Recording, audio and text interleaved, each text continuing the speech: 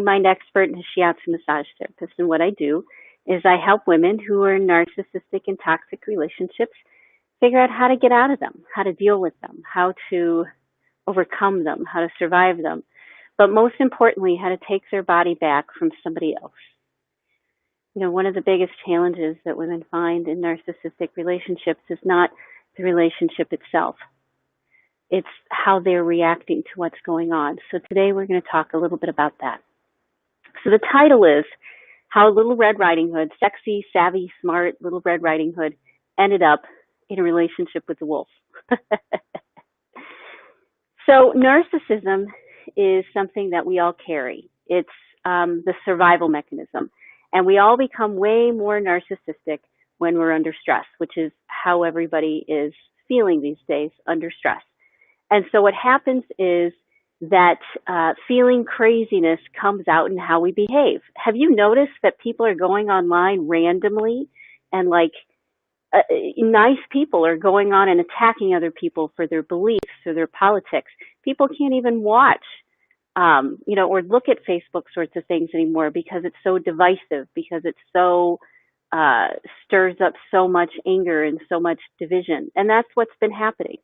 When we're in this time of stress, everyone's narcissism ends up coming up to the surface. And everybody deals with their narcissism in a different way. Some people deal with it by people pleasing. You know, I used to people please, which is a very manipulative, controlling sort of thing.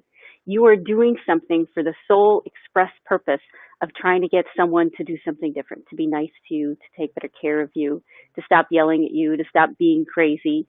When in reality, that narcissism quality isn't something that you're choosing to do. It's something that comes up, and you end up feeling trapped or stuck or helpless, and that's how you end up behaving like someone who's been traumatized, like someone who's been taken advantage of, like someone who's felt like they have been treated badly and abused. Now, you'll see these sorts of things in families. In fact, it was really common. You know, how many children ended up in families where, one or the other parent was narcissistic. And the reason they were narcissistic was because they were struggling. They were struggling with what was going on in their life and what was going on around them. For my parents, there was a lot. My brother was in a nursing home. They were trying to survive. My mom worked. My dad worked. And so we had all of these generations of little girls. And when I checked in with my cousins, it was the same sort of thing. Generations of little girls and little boys, but today we're just talking about little girls who were left to fend for themselves, left to figure it out, to go through the woods and figure out how to get to Granny's house and how to support herself and how to fight back. This was very common. It was a whole generation, if not several generations, of girls who ended up traumatized women looking around themselves and realizing that they are surrounded by people who don't have their best interests in mind, almost like throwaway. A lot of women of my generation were just kind of throwaway. You're, supposed to be seen but not heard. It's just the way that it was. So many women were taught how to be victims. They were taught how to allow other people to make all the decisions. I can't tell you how many women survived childhood trauma and childhood issues, whether it be sex abuse, whether it be verbal abuse, emotional abuse, divorce. Stories come up about women who were cornered, upstairs by a family friend, or moms or dads who had addiction problems, or just the way that it was. You were just taught that you were supposed to be seen and not heard, and that men had the ultimate authority.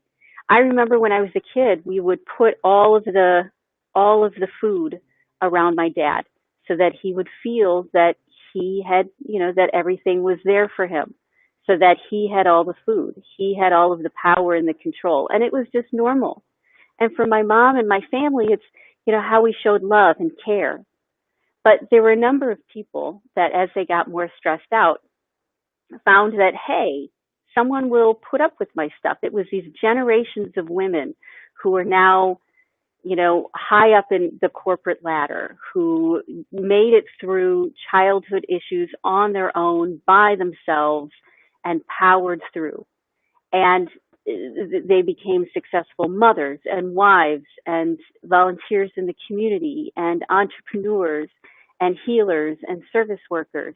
And they had great, and they have great authority in the outer world. And then they go home and they walk into their house and they immediately turn back into that small little Red Riding Hood girl, the one that is scared, the one who doesn't know what to do, the one who gives all of the food to their dad, the one who jumps when a car pulls in the driveway, the one whose heart starts to beat faster when they hear footsteps coming up a walk or on a floor above them.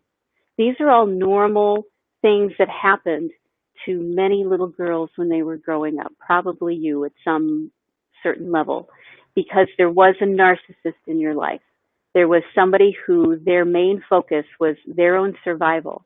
And even though they made the promise to take care of their kids in the time and the age and the day, it just wasn't the thing done. Yeah, Kimberly says that it's very true. It's about dominion. It's about domination. It's about control. So wolves, many times, they are born and they're made into wolves.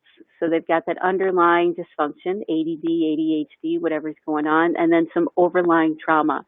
And it turns them into a wolf who sits there and kind of lays in wait, looking to find someone who will allow them, who will give them the power, who will give them the strength in order to, who will allow them to be that way, to behave in a way that is uncomfortable and unkind. Yeah, Diane says her former boss was a nightmare. Narcissist to the max, glad it's over, but you'll never forget. And one of the biggest fears that women have is not about forgetting. It's about ever being able to find a good relationship again. Now, the interesting thing about narcissism, the thing that gets you trapped, is that a narcissist has many different personalities, many different sides to them. And they're all true. Every side of a narcissist is true. And when they're feeling good, when they're in a good space, they show the good side of themselves. They show the side that they want to be. But as soon as they get stressed out, they fall back into their pattern. And their pattern probably wasn't necessarily people pleasing. Their pattern many times was anger and manipulation, was rigid thinking, was attacking. That was their coping mechanism. So here you've got someone who was raised, you, to be gentle and kind and understanding, Red Riding Hood, and you overcame the traumas of your childhood and you marched forward into the world and you became very successful. And then you found yourself in a relationship with someone who didn't respect that. Sometimes they respected it and sometimes they didn't. Kimberly says indecent. When we start talking about narcissism, you have to stretch your mindset, because it's not just someone taking advantage of someone financially or taking advantage of them emotionally or taking advantage of them physically. Many times it's a narcissist is using their influence to see what they can get away with. It's not even something that they want. It's something that they're seeing. Are you going to let them? Are you going to let them? Are you going to let them? They're testing you, constantly testing you. And so when you're in that kind of a relationship where someone's always trying to see if you mean what you say, if somebody's always trying to make sure that you're going to sacrifice yourself for them, they will push you way beyond your boundaries. And because you were taught to be quiet and to accept, and that somehow you would make it work out because you were always able to make it work out because you were smart and savvy and strong, somehow you'd make it work out. And that dynamic of someone who's saying, how far can I push you, with an empath who's saying, I'm stronger than this. And it takes you down a little rabbit hole. I don't remember what the movie was, but it had little vignettes. And one of the vignettes was two people who were seeing how far they could dare each other. And so they would dare each other to have their lips, inflated, and dare each other to wear crazy clothes, and dare each other to go way beyond. And that's what a narcissist is doing. They're looking for, well, will she do this? Will she do that? What'll happen if I do this? So they'll even in divorce, even after you've got rid of them, they'll throw little barbs at you. I've got women who tell me that they sent, child and family services to the house, that they sent the authorities to the house as a threat. What's going to happen? What are you going to do? It's a constant pushing. So Diane wants to know, does that come from childhood? Part of it comes from childhood. People, as I said, have that narcissist part of them, the part of them that says if it's going to be you or me who survives, I'm the one who's going to survive. And it all comes out in different ways. When someone has a background of coming from a disordered family and being dysregulated in their own head somehow, like ADD, ADHD, bipolar, something like that, and you add on trauma, their narcissism becomes what we look at as toxic relationships. It goes beyond, I want to make sure that I have the last piece of cake, and it turns into, will you have an orgy with me? This is how it turns into. It goes from, what would normally be little selfish, childish things that people would do to big, over-the-top things that you sit there, shocked and stunned that they would even consider it. But really the game is they're trying to figure out what they can get away with, what you'll let them get away with. They're testing. And that's how you ended up in a relationship with someone who's toxic. Because on the one hand, they have a personality that wants to be a good person. And when they're in a good space, they can be generous and kind and wonderful. But as soon as their switch gets flipped, as soon as they go from parasympathetic, which is your intuitive, calm self, to dysregulated, your sympathetic nervous system, as soon as they do that, they become monsters who are pushing to see what they can get you to do, pushing to see how far you'll go. And typically they won't be the ones to do it. They'll be the ones that push other people to do it, that will encourage you to take the risk, that'll encourage you to jump off the bridge. And they'll film it, and they'll watch it, and they'll put it on YouTube and mock you. But they'll encourage you to do the things that you don't want to do. So Little Red Riding Hood ends up in these relationships not just because they get snookered, because that's not just it. There's also a piece of confidence, of overconfidence. A woman comes in, and when you get past difficult childhood experiences, there's a part of you that says, you know what, I can handle anything. They're not weak. They're not wusses. They're not, they aren't controlled in any way. These are smart, successful women. But what it is we tend to walk into these situations thinking that a narcissist is like everybody else. And they are to a small degree. But to a way big degree, they will take you on a roller coaster ride you probably didn't want to go on. Kimberly says her dad's family was salt of the earth. He was an aberration. And Diane wants to know, curiosity, any words I can say to turn that behavior another direction? Yes, absolutely. That's a great question, Diane. So if you're with someone who is behaving very narcissistically, it means that they are off balance, they're dysregulated. And what will happen if you're empathic or compassionate is you'll take that on, and there'll be a part of you that says, aha, I can handle this. I can do this. How can I people please enough? How can I manipulate the situation? How can I direct it where I want to go? Can I get dinner on time every day? Can I make sure I never change the thermostat? Can I make sure I never change the furniture? Can I make sure that I never raise my voice? Can I make sure that I always drive directly to where we're going and take no extra little routes? We end up in this challenge, in this game. It's like you step into the relationship as a game with the narcissist, and both of you are saying, I'm going to win. I'm going to do this. But the problem is a narcissist is, they're playing by different rules. They don't have the same values and ethics that you do. They don't have the same world view as you do. So you're walking into the game thinking, okay, we can do this. I can help you. We can heal you, and this will be wonderful. It's a little bit of arrogance on our part. And then we learned that, no, this really is a big bad wolf. This really is someone who is a bully. And you have to change how you've been doing everything. Kimberly says, yes, wanting to heal, change the dynamic, change the outcome.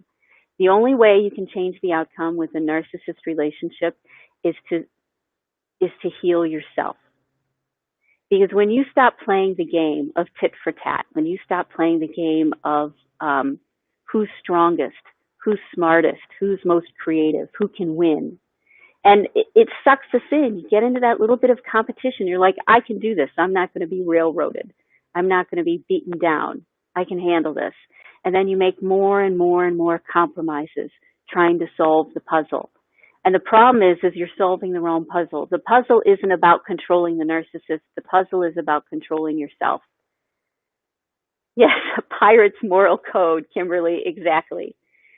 So the way out, you change the dynamic by getting the trauma off of your system, by actively doing things which keep you calm and centered and level. Last night we had a wonderful healing group. Kimberly was there. Thank you very much. It was beautiful.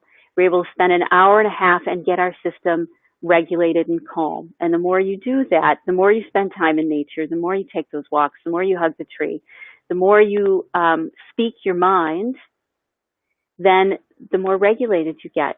And when you're regulated, when you're like a tree rooted into the ground, then a narcissist stuff just doesn't bother you anymore. As many women can attest, you start to hang up the phone. You start to block their calls.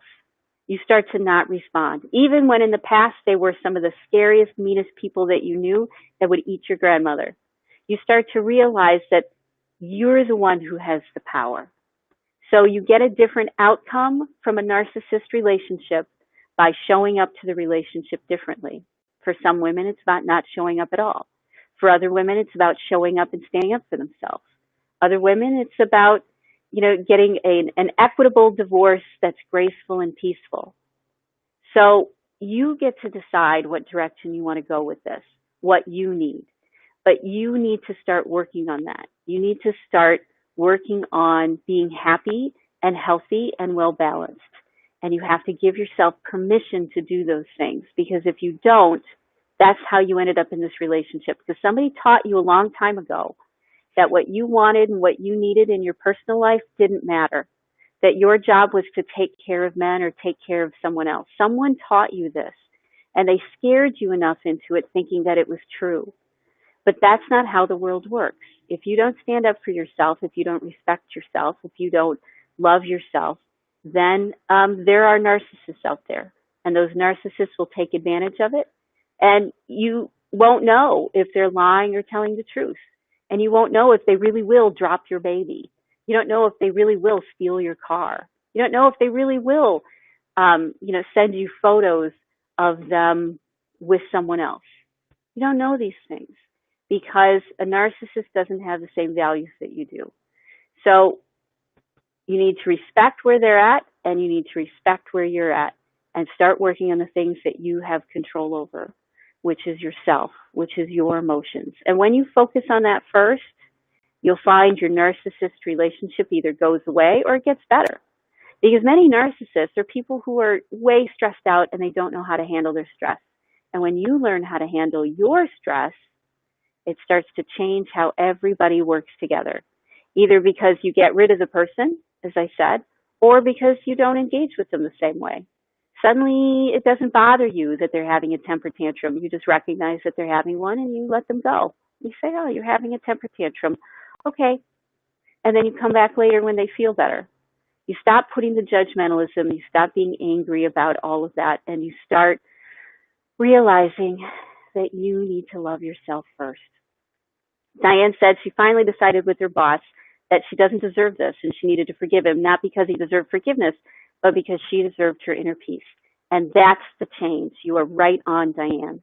When you realize that you don't deserve this and that you deserve to have inner peace, then you start getting resources and friends and support. And that really is the game changer. As Diane says, as Kimberly will say, as any woman who's gotten out, they'll say, you realized you don't deserve this and you decided to do something different.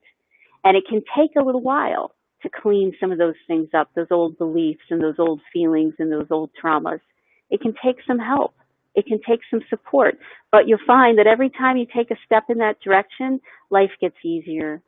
It doesn't feel so chaotic. It doesn't feel so stressful and crazy. Every time you take that step towards calming down your nervous system, calming down your nervous system, calming down your nervous system, like we did all last night. We got everything back into alignment. That's how the world changed, and that's how your relationships changed. Not because you became perfect, or the perfect daddy's little girl or mommy's little girl, or the perfect daughter or perfect girl that gets applauded and rewarded for doing well.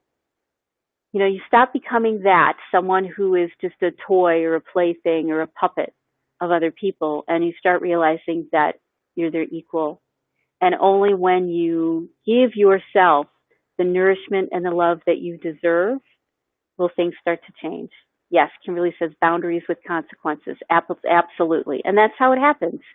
You start to respect yourself enough that you set boundaries and they have consequences. And then suddenly the narcissism has better behavior. Who knew? I can't tell you how many women were like they were the biggest monster in the world. And once I started setting these boundaries, I realized that they were lying to me all the time. They really weren't going to do those things. And now you know. When you start to love yourself and respect yourself, other people start to love and respect you too. It's the way of the world. And if you realize there are narcissists out there and the Prince Charmings are few and far between and the big bad wolves are everywhere, you start to realize no one's evil. They just don't know how to handle their stuff. And you get to choose who you want to spend time with. Do you want to spend time with someone who takes advantage of you, or do you want to spend time with someone who cares about you and loves you and nurtures you? That's the decision you have to make. So if you feel stuck, if you need some help out of this, go to inspiremassage.com or ritahickmancoaching.com and start looking up how we can help. Kimberly says they are not our equals. That's why we feel sorry for them. Yes, that's an excellent way to end our live stream today. Thank you, Kimberly. So I hope you have a great rest of your day. I'm looking forward to seeing you tomorrow. And you can do this. Julianne, your talks are part of my morning routine. Oh, thank you, Julianne. I'm so glad you're learning so much. Knowledge is power every day of the week. When you know what's going on and you know how you work and you know what's going and you can see that bigger picture, suddenly you can take the world into a more graceful, beautiful place instead of one that's so tumultuous and angry and hurt and wounded. You start to realize that you have the power and you can do this. Okay? So have a great rest of your day. I'll see you tomorrow. I'm looking forward to it. And I'll talk to you later. Okay? Bye.